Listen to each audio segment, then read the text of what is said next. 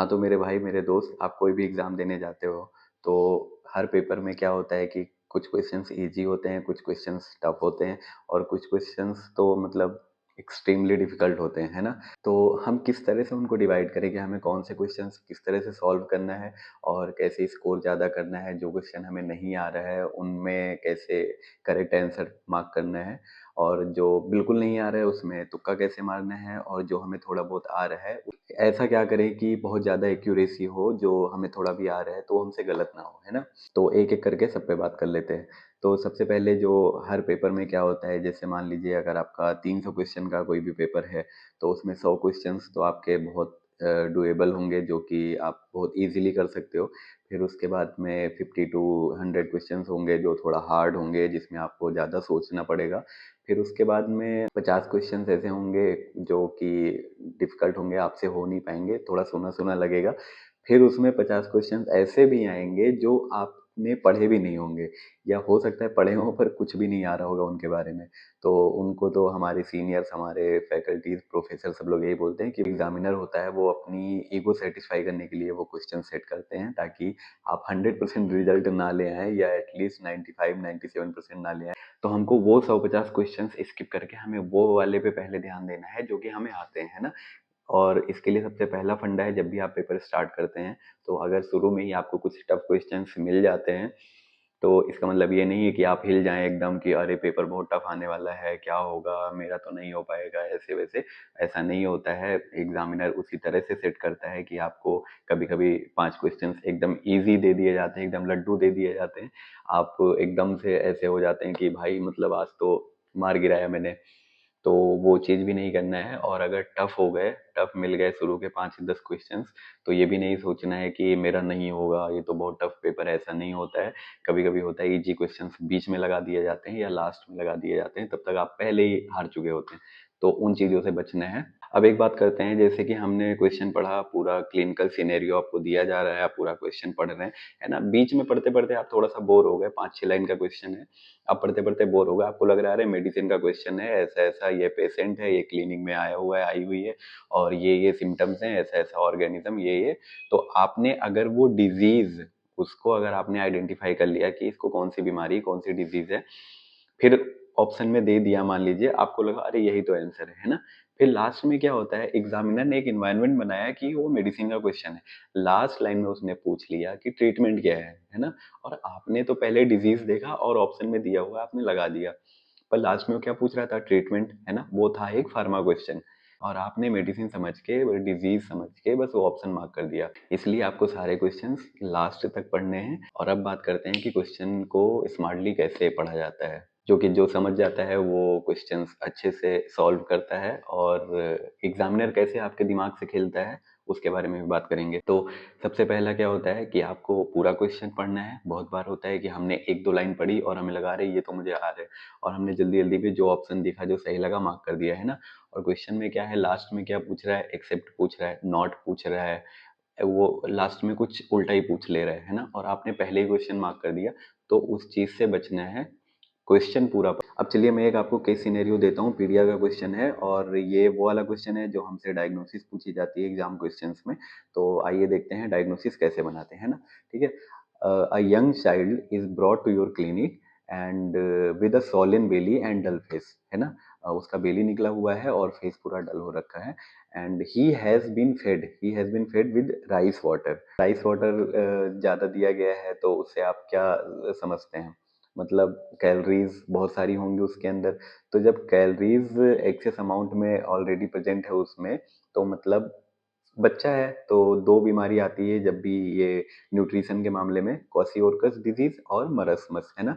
तो मरस्मस में क्या होता है, उसके अंदर कैलोरीज़ डिफ़िशियंसी होती है, वो मरस्मस मरा हुआ बच्चा-सा होता है, तो वो मरस्मस डिज़ीज़ होती है और जब कैलोरीज़ अच्छी खासी हो, बच्चा फूला हुआ होगा और डल फेस होगा, है ना? बट उसके अंदर प्रोटीन नहीं होगा, प्रोटीन की डिफिशियंसी होगी, तो वो कौन सी डिजीज होती है, क्वाशियोरकर, है ना? तो आपको पहले ही पता चल गया, क्वेश्चन में दे दिया कि राइस वाटर उसको अच्छा खासा दिया जा रहा है और सोलेन एब्डोमेन है, तो बेली उसका निकला हुआ है, तो इसका मतलब ये किधर जा रहा है, मरस्मस तो पहले ही रूल आउट हो गया। तो अभी ये दूसरी तरफ जा रहा है, आगे देख लेते हैं। क्वेश्चन में दिया रहेगा आपको, है ना, क्वेश्चन में फिर उसके बाद में आपको दिया रहेगा child is found to have low serum albumin, है ना। प्रोटीन डिफिशियंसी आ गई। प्रोटीन डिफिशियंसी आते ही आप तुरंत डायग्नोसिस बना देंगे, कौन सी, क्वाशियोर्कस डिजीज। मिल गया आपका आंसर। अब चलिए मैं एक और क्वेश्चन पढ़ता हूँ और फिर देखते हैं कि कैसे एक चीज पकड़ के हम डायग्नोसिस बनाते हैं, ठीक है। A 7-year-old female was brought to your clinic with cramping abdominal pain. On examination, she is found to have rashes on the back of her legs, है ना, back of her legs, buttocks and extensor surface of her forearms. Back side legs पे races present हैं, है ना, और buttocks पे भी हैं। अब ये डायग्नोसिस एक ही तरफ जा रही है। आपको बाकी सारी चीजें दूसरों में भी मिल जाएंगी, अभी आगे भी मैं और पढ़ूंगा क्वेश्चन, वो चीजें दूसरे डायग्नोसिस भी की तरफ भी ले जाती है। पर rashes on back of her legs and on buttocks and extensor surface of forearms, ये सारी चीजें एक ही तरफ जा रही हैं। ठीक है, मैं बाकी क्वेश्चन पढ़ देता हूँ। Laboratory analysis reveals proteinuria and microscopic haematuria, है ना। लेबोरेटरी एनालिसिस में प्रोटीन्यूरिया और हिमेचूरिया भी मिल रही है। ये सब तो और डायग्नोसिस को स्ट्रॉन्ग कर रही है, पर जो मेन चीज हमें पहले ही मिल गई थी वो क्या थी, rashes on back of her legs and buttocks and extensor surface of forearms. तो मोस्ट लाइकली डायग्नोसिस अगर आपको एसएलई दिया हुआ है, ठीक है, एसएलई में आपको स्पेशली नहीं दिया जाएगा कि रेसिस कहाँ पे, मतलब जो क्वेश्चन में आपको दिया गया है वो चीज़ स्पेशली उसमें नहीं दिया रहेगा। और उसके अलावा ये सभी में यूरिया, प्रोटीन यूरिया, ये सब तो है ही है डायग्नोसिस को सपोर्ट करने के लिए। तो एसएलई तो हम चलिए ठीक है मान लेते हैं, साइड में रख लेते हैं। फिर आपको ऑप्शन में दिया गया है, मान लीजिए पीएसजीएन, है ना। तो पीएसजीएन में भी आपको वो नेफ्रोटिक, नेफ्राइटिक वो सब सोचना है, आपको इतना स्ट्रांगली नहीं दिया जाएगा ये रेसिस के बारे में जो कि इसमें मेंशन किया गया है। फिर आपको एक ऑप्शन दे दिया जाता है, मान लीजिए कि हीमोलिटिक यूरिमिक सिंड्रोम, है ना। तो उसमें भी वही सेम चीज है जो हमने एसएलई और इन सब में देखा। एक चीज की तरफ ही हमारी डायग्नोसिस जा रही है, वो है हेनॉक्स लीन परप्यूरा, है ना। हेनॉक्स लीन परप्यूरा में क्या होता है, वही rashes on buttocks and back of legs and extensor surface of forearms पे रेसेस, है ना। तो वो एक चीज जो आपने पकड़ ली ना, कि जैसे आपने कहीं भी पढ़ा मेडिसिन में या पीडिया में या कहीं भी कि हिनॉक्सिलिन परप्यूरा में क्या होता है वो रेसेस के बारे में, तो फिर आपकी डायग्नोसिस वहाँ बन जाती है। वो आप 80 to 90% वहाँ पे श्योर होके लगा के आते हैं। इन केस थोड़ा सा डाउट भी है तो भी आप ये लगा के आएंगे, क्योंकि वो एक चीज आपने पकड़ ली। तो एक और हैक है जो कि है निमोनिक्स। तो निमोनिक्स हमारी बहुत हेल्प करते हैं और बहुत जगह कंफ्यूज भी करते हैं। तो हमें बहुत ज़्यादा डिपेंडेंट नहीं रहना चाहिए निमोनिक्स पे, क्योंकि बहुत बार क्या होता है ना, हमें वो निमोनिक्स याद करने के लिए हमें हमें दूसरे निमोनिक्स की जरूरत पड़ती है ना। कि कई बार क्या होता है कि हमने वहां पे तो निमोनिक याद कर लिया, फिर बाद में हम यही भूल जाते हैं कि इसकी फुल फॉर्म क्या थी, या ये किस चीज में हमने पढ़ा था, कौन से टॉपिक में पढ़ा था, तो हम ये सभी भूल जाते हैं। तो निमोनिक्स पे बहुत ज्यादा डिपेंडेंट नहीं रहना चाहिए। पर यह है कि कुछ चीजें हैं जो स्पेशल केसेस हैं जिसमें आपको याद रखना ही रखना है। जैसे कि पेलाग्रा में वही 4D, और इसमें मीजल्स में CCC, है ना।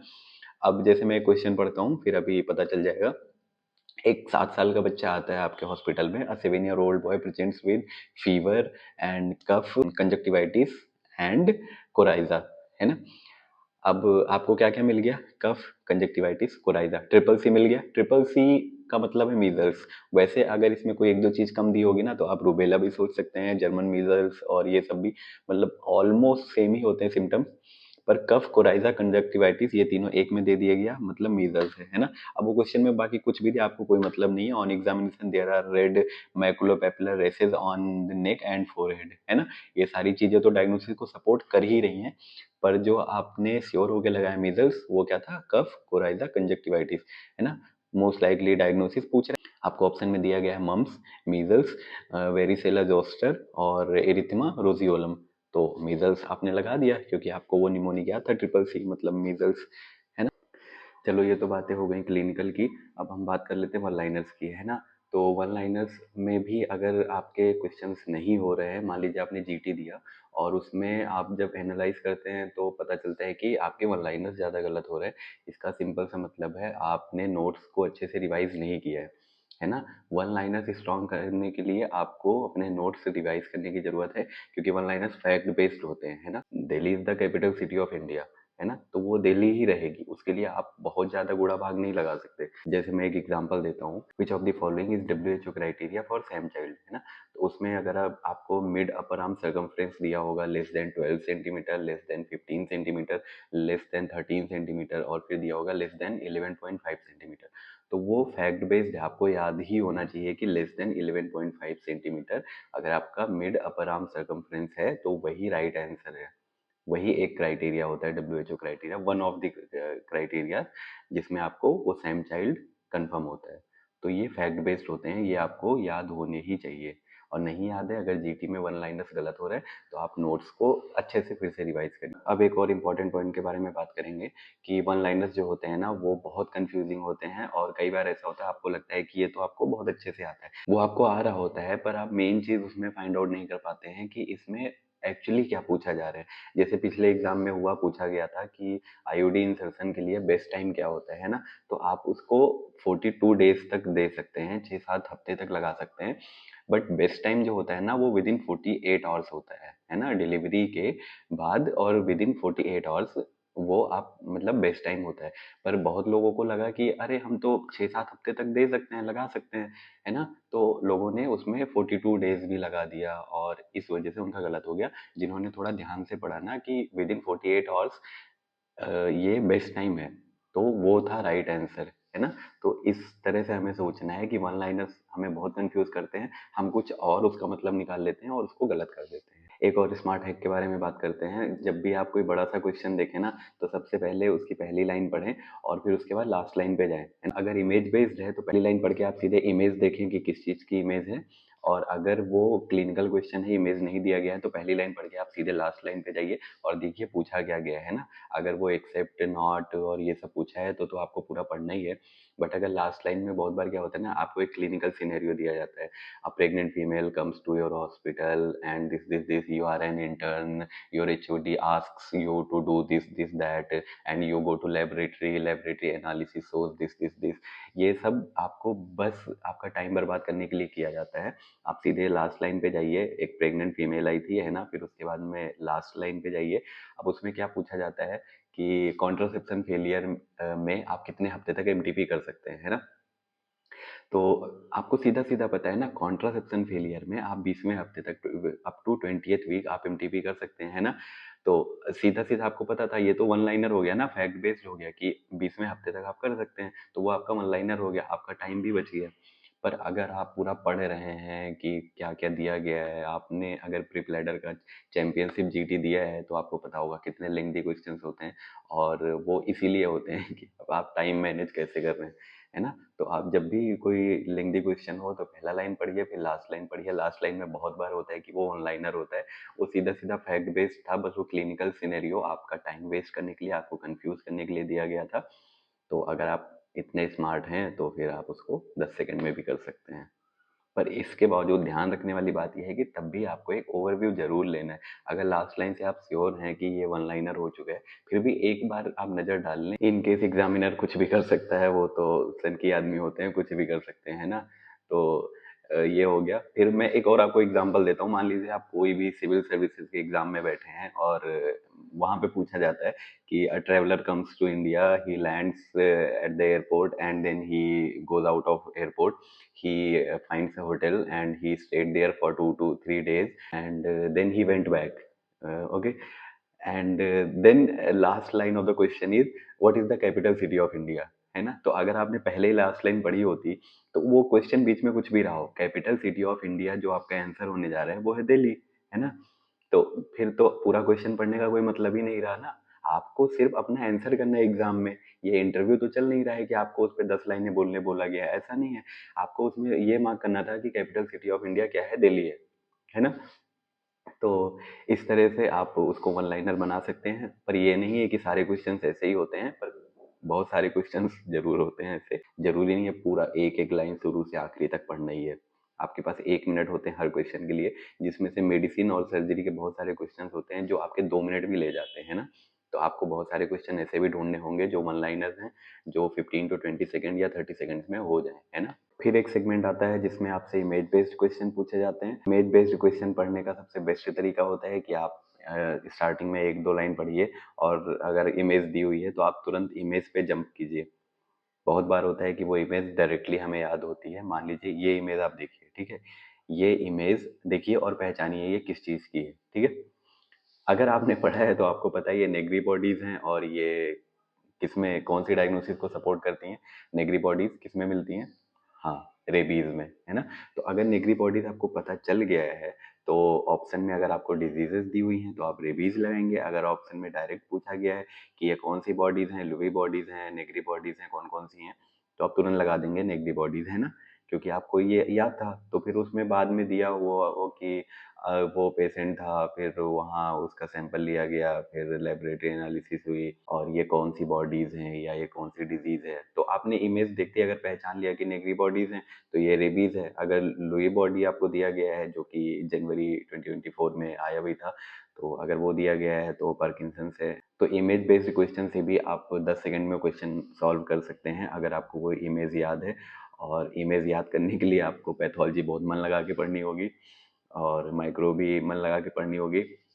देखिए, एक सिंपल सी बात बताता हूँ, अगर आपकी मेडिसिन स्ट्रांग नहीं है, बहुत लोग का रोना होता है कि यार भाई मेडिसिन नहीं है, इतना वास्ट सब्जेक्ट है और ये कैसे होगा? तो भाई अगर मेडिसिन नहीं हो रही है ना, चलो ठीक है मेडिसिन मत पढ़ो, ठीक है? तो आप एक काम कर सकते हो ना, आप पैथ मन लगा के पढ़ो, आप माइक्रो मन लगा के पढ़ो, आप फार्मा मन लगा के पढ़ो, ठीक है? एक वास्ट सब्जेक्ट आपसे नहीं हो रहा है, तो आप ये 3 सब्जेक्ट पढ़ो, ठीक है? भाई करने तो है ही है ना, अगर आप डायरेक्ट मेडिसिन पढ़ोगे या फिर आप ये सारे सब्जेक्ट क्वेश्चन तो इनसे भी बनते हैं, तो ये पढ़ने पड़ेंगे आपको। तो मैं एक छोटा-सा एग्ज़ाम्पल देता हूँ, मेरा एक दोस्त था, उसको मेडिसिन बिल्कुल नहीं पढ़ने में बिल्कुल मज़ा नहीं आता था। पर उसकी पैथ, माइक्रो, फार्मा ये सब बहुत स्ट्रॉन्ग थी, ठीक है? उस बंदे के 70% से नीचे आते ही नहीं थे मेडिसिन में, क्योंकि मेडिसिन क्या क्या होता है, आपको एक पेशेंट आएगा, फिर उसके बाद सिम्पटम्स दिए जाएँगे, सिम्पटम्स फिर उसके बाद कोई लैबोरेटरी रिपोर्ट दी जाएगी आपको कि ये चीज़ें मिल रही हैं, वो क्या है? माइक्रो है ना? और वो कहाँ से स्प्रेड हो रही है, किस तरह से फैल रही है, ये क्या है? पैथोलॉजी है ना? फिर उसके बाद में ट्रीटमेंट अगर पूछा गया है, वो क्या है? फार्मा है। साइड इफ़ेक्ट पूछा गया है, वो फार्मा है। तो पैथ, माइक्रो, फार्मा ये 3 सब्जेक्ट मिला के तो वैसे ही मेडिसिन बना रहे हैं। और अगर मेडिसिन के आगे वाले स्टेप में चले गए तो वो सर्जरी का क्वेश्चन हो गया, है ना? तो अगर आपकी पैथ, फार्मा, माइक्रो स्ट्रॉन्ग है तो मेडिसिन ऑटोमेटिकली 50% प्लस जाती ही जाती है। पर इसका मतलब ये नहीं है कि मेडिसिन पढ़ना ही नहीं है, दूसरे सब्जेक्ट ही पढ़ने हैं। बट मेडिसिन स्ट्रॉन्ग करने के लिए आपके ये 3 सब्जेक्ट स्ट्रॉन्ग होने ही चाहिए। पैथ और माइक्रो अगर आपकी स्ट्रॉन्ग है तो फिर आपके इमेज बेस्ड क्वेश्चन और ये सब तो अच्छे होंगे ही होंगे। आप अपने हिसाब से डिसाइड कर सकते हैं कौन सा सब्जेक्ट आपको किस तरह से पढ़ना है कि आपके डिजायर्ड मार्क्स आपको मिल सके एग्जाम में। अब बात करेंगे एक सेकेंड लास्ट हैक के बारे में, जो कि बहुत ही इंपॉर्टेंट है, जो आपको हर एक फैकल्टी ने, हर एक सीनियर ने बोला होगा, और वो है एलिमिनेशन मेथड, रोल आउट करने का मेथड। तो उसमें क्या होता है कि आपको जो ऑप्शन लग रहे हैं कि ये तो बिल्कुल नहीं होगा, आप पहले उसको रोल आउट कर दीजिए। 4 ऑप्शन दिए गए हैं, चारों ऑप्शन के 25% चांसेस है ना कि वो सही हो सकता है। पर अगर आपने 2 रूल आउट कर दिए, अब सिर्फ 2 बच रहे हैं, तो 50% चांस हो गया ना। तो आपको रोल आउट करना बहुत ज़रूरी है। अगर नहीं आ रहा है तो रोल आउट करिए कौन सा ऑप्शन नहीं हो सकता है। जैसे ये क्वेश्चन देखिए, है ना? ये इमेज देखिए, ये प्रेशर सोर की इमेज है। अब इसमें आपसे पूछा जाता है, कोई भी पेशेंट है, उसको ये प्रेशर सोर हुआ है, लंबे समय से वो बेड रिडन पेशेंट था, प्रेशर सोर की वजह से ये अल्सर जो हुआ है। तो अब इसमें आपसे पूछ लेता है कि स्टेज कौन सी, ये कौन सी स्टेज है ना? तो आप एक एक रूल आउट करने का मेथड भी लगा सकते हो, और एक खुद की एक अंडरस्टैंडिंग, क्लिनिकल नॉलेज की आप किस तरह से मैनेज करोगे, तो उसकी बात कर लेते हैं ना। स्टेज 1 तो हो नहीं सकती। देखो स्टेज 1 कितना ही ज़्यादा सीवियर हो सकती है। स्किन हो सकता है ब्रोकन हो सकता है अनब्रोकन हो, बट इन्फ्लेमेशन तो होगा। स्टेज 1 में कुछ तो होगा ही ना कि आपको स्टेज 1 देना पड़े। स्किन ब्रोकन या अनब्रोकन हो सकती है, पर इन्फ्लेमेशन जरूर होगा। सेकंड वाले में क्या होगा, कितना भी प्रेशर सोर हो, सेकंड वाले में वो जाएगा डर्मिस या एपिडर्मिस तक रहेगा। अगर थर्ड स्टेज की बात करें तो हमने पहले 2 स्टेज रूल आउट कर दिए। अब स्टेज 3 की बात कर लेते हैं, तो वो सबक्यूटेनियस फैट लेयर तक जाता है ना। स्टेज 3 में सबक्यूटेनियस फैट लेयर तक इन्वॉल्वमेंट होती है। इमेज देखिए ठीक से, है ना? ये सिर्फ फैट लेयर तक नहीं, ये और डीप गया हुआ है ना? और ये मसल और बोन को भी इन्वॉल्व कर रहा है इसमें, है ना? तो स्टेज 4 में अल्सर एक्सटेंड्स टू मसल और बोन, है ना? मसल और बोन भी आपको दिख रही है ना, इन्वॉल्व है, इतना डीप फैला हुआ है। तो ये कौन सी हो गई, स्टेज 4। आपने स्टेज 1 और स्टेज 2 ये तो आसानी से रूल आउट कर दिए थे ना, है ना? क्योंकि इतना सीवियर अल्सर है, उसका पूरा मसल और बोन तक इन्वॉल्व्ड है, तो स्टेज 1 और 2 तो हो ही नहीं सकती, बचा 3 और 4। तो देख लीजिए सिर्फ फैट लेयर इन्वॉल्व्ड है या फिर मसल और बोन भी हैं, वो भी हैं। तो ये स्टेज 4 हो गई, आप रूल आउट करके भी कर सकते हैं। लास्टली मैं एक बहुत इंपॉर्टेंट चीज़ के बारे में बात करना चाहूँगा, और वो ये है कि आप एक भी अगर टफ क्वेश्चन पाते हैं तो आप तुरंत एकदम फ्रस्ट्रेट हो जाते हैं और मतलब एकदम हार से जाते हैं कि अरे यार, वो जो टफ क्वेश्चन होता है ना, आप उसके पीछे टाइम वेस्ट करने लग जाते हैं। आप ये ध्यान नहीं देते कि जो टफ है, जो आपको नहीं आ रहा है, उसमें तो आपको लास्टली वैसे ही गेस करना है ना। नहीं आ रहा है तो आप एग्ज़ाम प्रेशर में वैसे ही बहुत ज़्यादा दिमाग नहीं लगा सकते। तो उसको लास्टली अगर तुक्का ही मारना है तो छोड़ दो ना, पूरा ही तुक्का मार दो। जो आ रहा है वो तो गलत मत करो। डॉक्टर प्रियांश जैन सर की एक लाइन है कि जो 300 में से जो 100 या 120 क्वेश्चन आपके ईज़ी आते हैं, वो गलत नहीं होने चाहिए, है ना? अगर वो आपके गलत नहीं हुए, 120 में से आपने 100 सही कर लिए, तो आपको बाकी के 200 में से चाहिए कितने? 50 मार्क्स, है ना? पास होने के लिए उतने चाहिए। तो जो ईज़ी वाले हैं आप पहले उनको कर लो ना। ईज़ी वाले हैं उनको गलत मत करो। उसमें आप अपना एक्यूरेसी अच्छा खासा हाई रखो। और जो पीवाईक्यूज़ हैं, जो पीवाईक्यूज़ आपने बहुत बार कर रखे हैं, एग्ज़ाम के पहले सॉल्व कर रखे हैं, उनमें आप अपनी एक्यूरेसी अच्छी खासी रखो। तो लेकिन हम क्या करते हैं एग्ज़ाम में, कोई भी हार्ड क्वेश्चन दिखा, हम उसके पीछे लग जाते हैं। अरे यार! ये कैसे होगा, ये कैसे होगा? 2-4 मिनट खराब कर दिए, है ना? तो ये नहीं करना है। जो ईज़ी वाले हैं आपको उनको अच्छे से करना है, वो गलत नहीं होने चाहिए। आप उनमें 10 सेकंड ज़्यादा भी दे सकते हो, क्योंकि वो आपको आ रहा है ना, आप थोड़ा-सा दिमाग लगाओगे तो वो सही होने के चांसेस ज़्यादा हैं। पर जो चीज़ आपको नहीं आ रहा है, आप बैठ के सोच रहे हो, अरे यार! इसमें क्या होगा, इसमें क्या होगा? सोचते रहो बैठ के, टाइम वेस्ट करते रहो और फिर लास्टली आपको उसमें तुक्का ही लगाना है, लगा दिया। तो दोस्तों ये थे हमारे कुछ important hacks and tricks to solve MCQs and exam questions.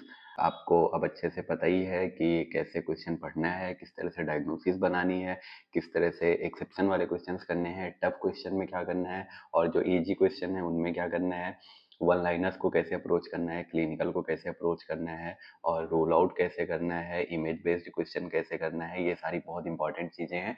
जैसे ये सारी स्किल्स आ जाएंगी तो फिर आपके क्वेश्चंस बहुत मतलब एक्यूरेसी बहुत बढ़ जाएगी। और आई विश कि आपके बहुत सारे क्वेश्चन सही हों, आपके जीटीज अच्छे जाएं और जो 30-40 दिन बचे हैं उसमें आप अच्छे से तैयारी करें और खूब सारे क्वेश्चन सॉल्व करें और एग्ज़ाम में खूब अच्छे से क्वेश्चन सॉल्व करके आएँ। बने रहिएगा, 12 तारीख को मेरा मोस्ट अवेटेड वीडियो आ रहा है जो कि पीवाईक्यूज़ पे होगा और भी बहुत सारी इंपॉर्टेंट इन्फॉर्मेशन होगी उसमें। तो बने रहिएगा, तब तक के लिए थैंक यू सो मच, धन्यवाद पूरा वीडियो देखने के लिए।